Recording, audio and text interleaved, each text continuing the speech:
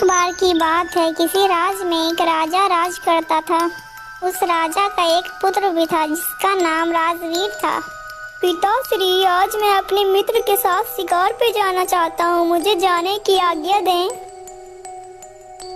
ठीक है बेटा, लेकिन जल्दी ही घर वापस आ जाना। ठीक है पिताजी, मैं जल्दी ही आ जाऊंगा। फिर वे दोनों निकल पड़ते हैं।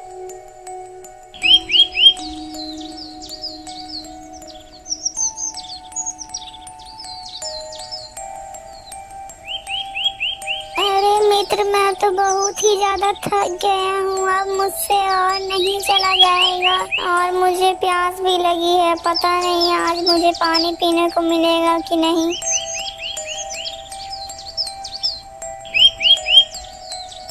मित्र, तुम परेशान मत हो, धैर्य रखो, तुम्हें पानी अवश्य मिलेगा। उधर देखो मित्र, वहाँ पर एक नदी है, चलो हम लोग चलकर अपनी प्यास बुझाते हैं, जल्दी चलो।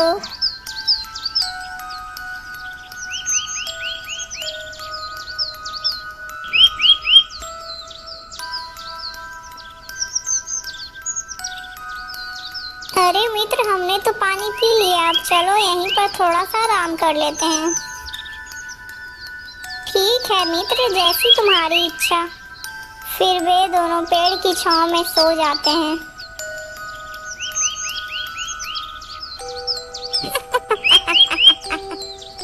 अरे ये शोर कहाँ से आ रही है? चलो मैं चलकर देखता हूँ।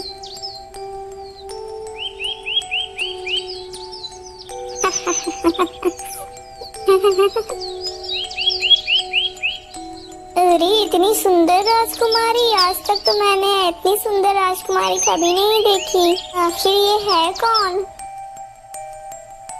अरे ओ दोस्त, उधर तो देखो देखो, राजकुमार आपको कैसे देख रहा है। अरे हाँ, ये राजकुमार तो मुझे ही देख रहा है, परंतु ये सुंदर भी तो बहुत दिख रहा है।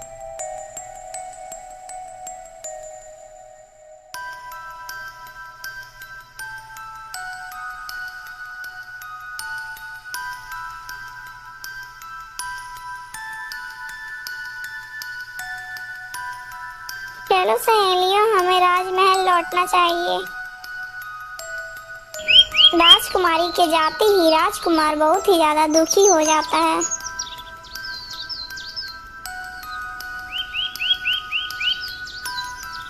क्या हुआ मित्र, तुम इतने दुखी क्यों हो? क्या बात है, बताओ मुझे।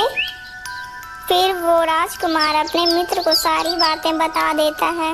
अरे मित्र, मैं अब उस राजकुमारी के बगैर नहीं रह सकता हूँ। लेकिन मित्र, मैं उस राजकुमारी के बारे में बिल्कुल भी नहीं जानता, वो कहाँ रहती है नहीं पता।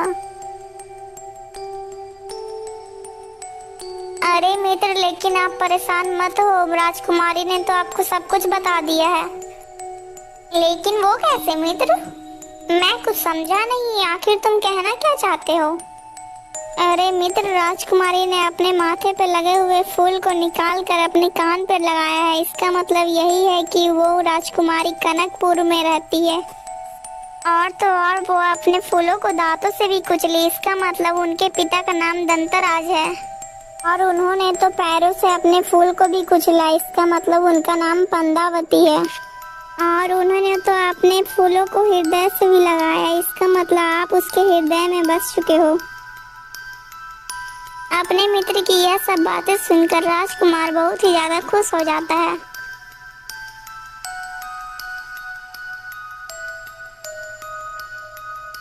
मित्र, मुझे तो कनकराज जाना है, चलो ना हम दोनों साथ में चलते हैं। फिर वो दोनों उसी राज के लिए निकल पड़ते हैं।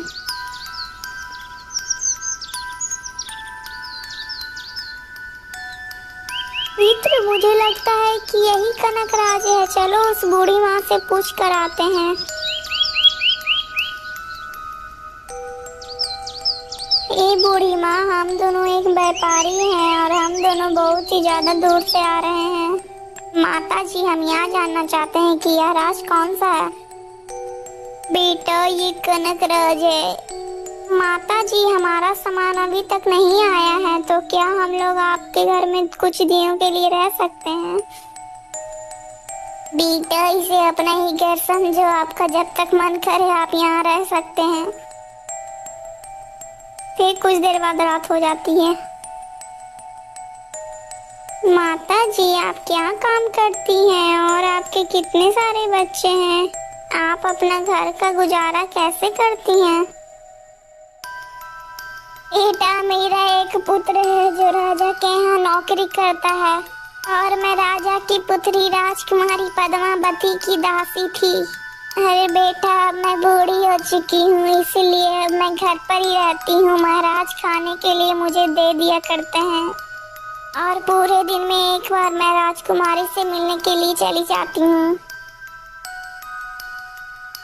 माता जी, लीजिए, ये आपको स्वर्ण मुद्राएं रखिए और जब कल आप राजकुमारी से मिलने जाइएगा तब वो इसे दे दीजिएगा और कहिएगा कि जो राजकुमार तुम्हें उस नदी के किनारे मिला था वो राजकुमार तुम्हारे राज में पहुंच चुका है।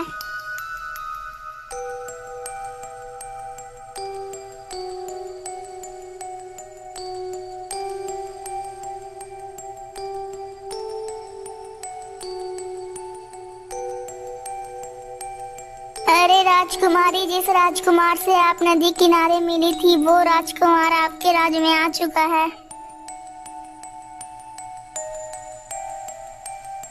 बूढ़ी माँ की यह सब बातें सुनकर राजकुमारी चंदन में हाथ डुबोकर बूढ़ी माँ को मार देती है।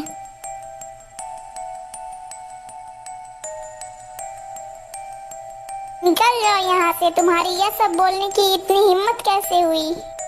बूढ़ी माँ ने ये सब बात राजकुमार को आकर बता दी तो राजकुमार बहुत ही ज्यादा दुखी हो जाता है। मित्र, तुम दुखी मत हो। राजकुमारी ने चंदन का छाप लगाकर तुम्हें यह संदेश दिया है कि अभी चांदनी रात है, इसीलिए वो तुमसे नहीं मिल सकती है। मित्र, तुम अंधेरी रात आने का इंतजार करो, वो राजकुमारी तुमसे अवश्य मिलेगी।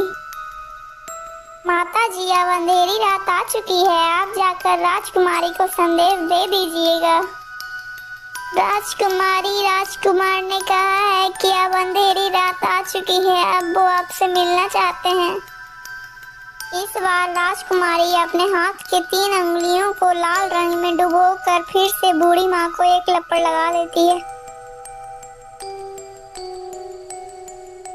चली जाओ यहाँ से और इस बार याद रहे कि तुम महल के पीछे वाले दरवाजे से बाहर जाओगी। फिर बूढ़ी माँ आकर सारी बातें राजकुमार को बता देती है। राजकुमार फिर से बूढ़ी माँ की यह सब बातें सुनकर उदास हो जाता है। अरे मित्र, तुम फिर से दुखी हो गए। अब तुम दुखी मत हो, अब तुम्हारे मिलने का समय आ गया है। वो कैसे मित्र? मैं कुछ समझा नहीं, बताओ मुझे। मित्र, राजकुमारी ने 3 अंगुलियों के निशान भेजे हैं, इसका मतलब राजकुमारी अभी बीमार है। तुमसे वो 3 दिन के बाद मिलेंगी और वो बूढ़ी माँ को पीछे के रास्ते से इसलिए भेजा है क्योंकि वो तुम्हें पीछे वाले रास्ते से बुलाना चाहती हैं। राजकुमार उनकी यह सब बातें सुनकर बहुत ही ज्यादा खुश हो जाता है और वो खुशी से झूम उठता है। इसी प्रकार 3 दिन बीत जाते हैं।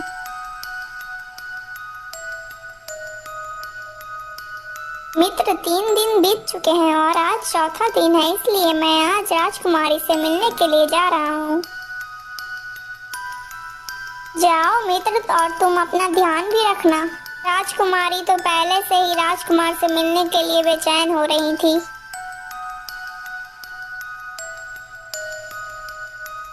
अरे आप आ गए, आपने कितनी प्रतीक्षा करवाई मुझसे। लेकिन राजकुमारी, हमने तो ना जाने कितने दिन पहले ही अपने आने का संदेश भिजवाया था, लेकिन आपने तो स्वीकार ही नहीं किया था। फिर राजकुमारी और राजकुमार रात भर ढेर सारे बातें किया करते हैं। इसी प्रकार बहुत सारे दिन गुजर जाते हैं। राजकुमारी, आज मुझे मेरे मित्र की बहुत ही ज्यादा याद आ रही है, इसीलिए मैं आज उससे मिलने के लिए जा रहा हूँ। अरे, आपका यहाँ कोई मित्र भी है, लेकिन आपने मुझे बताया नहीं। राजकुमारी, वो मेरा सबसे अच्छा मित्र है। आज अगर हम दोनों मिले भी हैं तो सिर्फ और सिर्फ उसी की वजह से। मुझे उसकी बहुत ही याद आ रही है। अच्छा अच्छा ठीक है, तुम चले जाओ, लेकिन मेरी तरफ से अपने मित्र को ये भोजन खिला देना।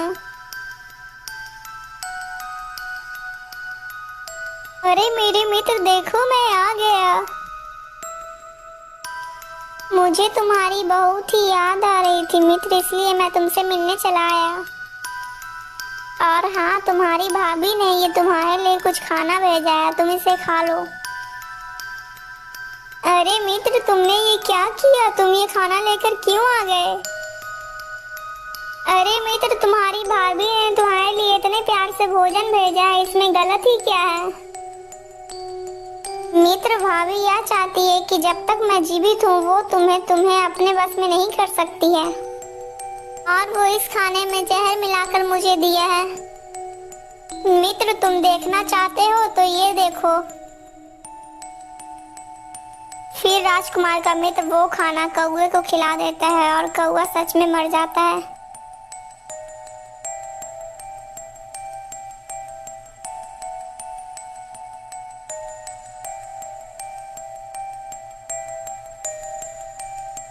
अरे हाँ मित्र, तुम तो सच कह रहे थे, ये राजकुमारी तो विश्वास के लायक ही नहीं है। ऐसी राजकुमारी मुझे नहीं चाहिए। मित्र चलो मित्र, हम दोनों घर वापस चलते हैं। अरे नहीं मित्र, जब हम यहाँ आए ही हैं तो राजकुमारी को घर वापस लेकर चलेंगे। चलो तुम मेरी बात ध्यान से सुनो। आज तुम जब राजकुमारी से मिलने के लिए जाना तो तुम चुपके से राजकुमारी के पैर पर त्रिशूल का निशान बना देना मित्र, और उसके सारे गहने लेकर आ जाना।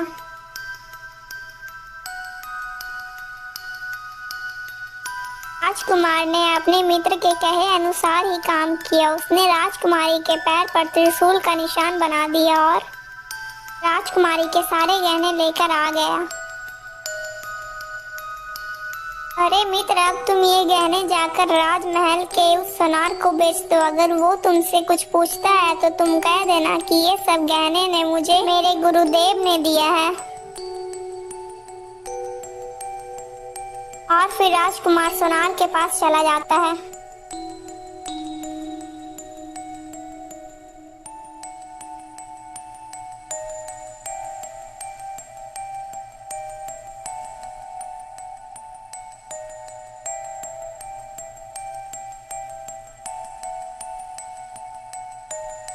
अरे ये गहने तो राजकुमारी के हैं, तो तुम ही ने राजकुमारी के सारे गहने चुराए हैं। चलो राजा के पास।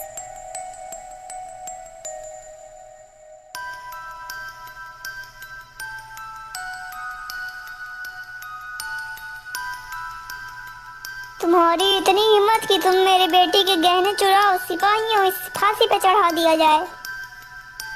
महाराज, ये गहने मैंने नहीं चुराए थे, ये गहने तो मेरे गुरुदेव ने मुझे बेचने के लिए दिए थे। अच्छा, तो तुम्हारे कोई गुरु भी हैं? सैनिकों, इसके गुरु के मेरे पास लाया जाए।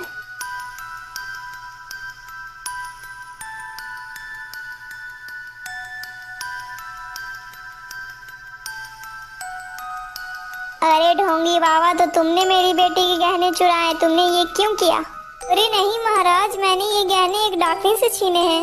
मैं शमशान घाट में एक मंत्र की सिद्धि कर रहा था, तभी वहाँ पर एक डाकनी आ गई, और जब तक वो मुझ पर वार करती मैंने उस पर मंत्रबद्ध कर दिया और उसके सारे गहने उतार लिए, और मैंने उसके दाहिने पैर पे एक त्रिशूल का निशान भी बना दिया।